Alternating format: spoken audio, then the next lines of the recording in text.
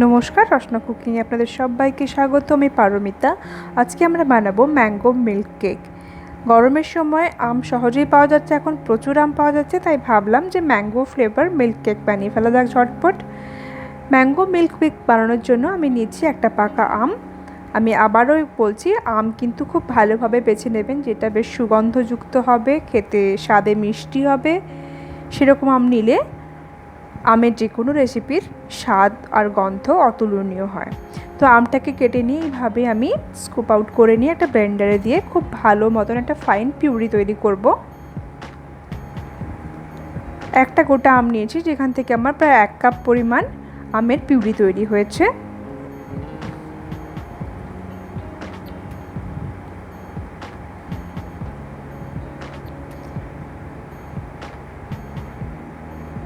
খুব fine paste করার পর আমি কী করছি, ফুল ক্রিম 1/2 লিটার আমি কড়াইতে গরম করতে দিয়েছি। এটা খুব ভালো করে মিডিয়াম হাই ফ্লেমে আমি বারবার এটাকে ফুটিয়ে নেব, যাতে এটা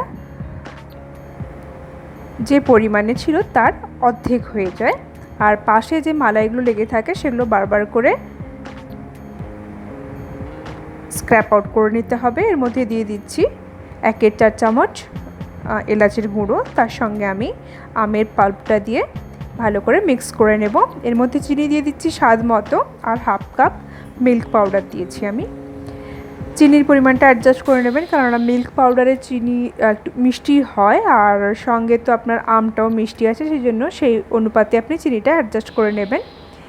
এবারে এটাকে বেশ নাড়তে নাড়তে যখন ঘন হয়ে আসবে আর এই মিশ্রণটা যখন কড়াইয়ের ধার ছাড়তে শুরু করবে, তখন বুঝতে হবে যে আপনার মিল্ক কেক প্রায় তৈরি হয়ে গেছে। খুব সুন্দর গন্ধও আসছে। গ্যাসটা অফ করে দিচ্ছি। আমি এটাকে এবারে একটা কন্টেনারে ঢেলে নেব। যে কন্টেনারে ঢালবো সেটা কী করব, প্রথমে নিচে বাটার পেপার দেওয়ার আগে আমি একবার গ্রিজ করেছি ঘি দিয়ে, আর বাটার পেপারের ওপরেও একটু খালি ঘি দিয়ে গ্রিজ করেছি, যাতে গন্ধটা খুব সুন্দর হয়। এবার এর উপর আমি কি করছি, তৈরি করে রাখা মিল্ক কেকের মিশ্রণটা দিয়ে দিচ্ছি। খুব ভালো করে এটাকে স্প্রেড করে নেব সমানভাবে। দেখলেন তো কত সহজে, কত তাড়াতাড়ি বানানো হয়ে গেল। একটু ধৈর্য নিয়ে বানালে কিন্তু খুব সুন্দর হয়, বাড়িতে খেতে খুব সুন্দর লাগবে। চিনির পরিমাণটা আবারও বলছি, আপনি অ্যাডজাস্ট করে নেবেন আপনার স্বাদ মতো।